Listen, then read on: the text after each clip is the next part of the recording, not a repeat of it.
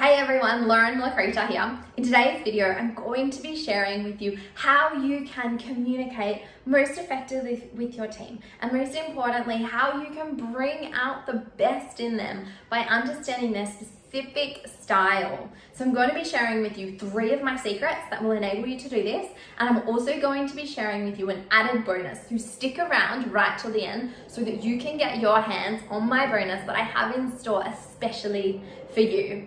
But first, where did my inspiration for today's video come from? It came as a result of me working across a range of industries throughout my HR career and then landing in the health space.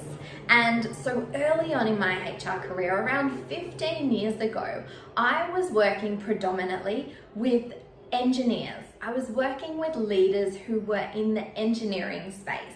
I then moved into aviation and I then moved into mining. So I was still spending a lot of my time working in a male-dominated industry, and I had learned to adapt my communication style to suit their needs. So then when I started out in the health industry, that was reverse. It was typically a relationship focused industry, and I was dealing with a lot of female leaders now. I needed to go back and relearn what was the best way to communicate with them, because I had learned how to communicate with engineers to give them all of the details. They were typical C behavior styles, if you're familiar with the DISC model. And then in mining, they were typical D behavior styles. So they were results focused, big picture focused, being blunt, straight to the point. And I quickly learned when I started out in the health space over 6 years ago now, that approach and that communication style wasn't going to work in this industry. So I went back to basics and I went back to reconnecting with the DISC model, and I learned what was going to suit, what type of communication style was going to suit this industry. And what I found is it was typically the S behavioral style. So let me share with you, the S behavioral style is the stabilizer.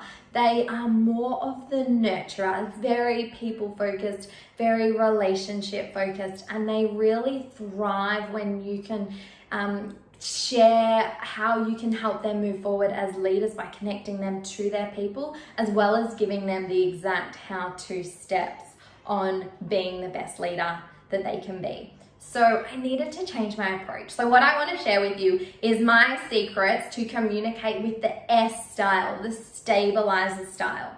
So number 1, in order to communicate most effectively with the stabilizer style is listen. The S stabilizer style is very good at listening. It's why they are so good with people, and it's why they're so good at nurturing people. So if you can go into a conversation with a team member, with a customer, whoever it is that you're going in to communicate with, if it's an S style, make sure that you sit there, that you listen, and you give them that space. They'll feel heard, they'll feel understood, and they'll start to build trust with you because they're so good at listening. And they admire when people give them that time and space to listen to them. Number 2 is don't make sudden changes. I learned this very quickly working with a predominant S industry, especially coming from mining where things are quick, fast, sudden changes are what you need to do. The S behavior style does not respond well to that, and it's because they need time to nurture their people. And so if you make sudden changes, they will go into chaos. So what I recommend to do is, we need to make changes, but bring them along, show them how they can implement the changes, give them time to process the changes.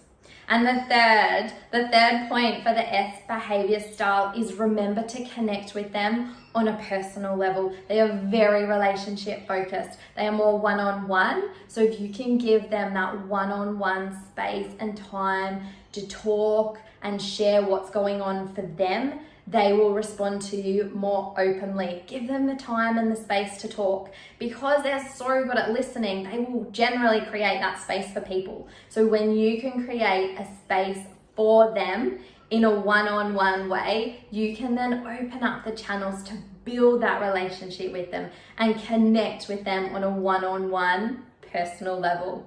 So if you've got an S behavior style within your team, perhaps you've got a customer, go and try these 3 tips. I'd love to hear how they work for you. And if you want to take this even further, the bonus that I have in store for you is that I will give you 15 minutes of my time. So if you have got a team member that you're preparing a conversation for, perhaps you're preparing for a customer meeting and you've identified that perhaps they're this S behavior style, or maybe you've got another behavior style, then connect with me. All you need to do is come prepared and share specific behavioral traits. And then what I will do in the 15 minutes that we have together is share with you some do's and some don'ts and some strategies to communicate most effectively with the behavior style that you are preparing for your next conversation with. So if you want to take up this opportunity, it's 15 minutes, it's free. Look at the instructions in this post, follow the instructions, let's get you booked in, let's get you sorted, and let's get you communicating with confidence. When you can understand these differences in people, you will be able to communicate with more confidence. I trust this serves. Have a wonderful day. I'll be back on here again very soon.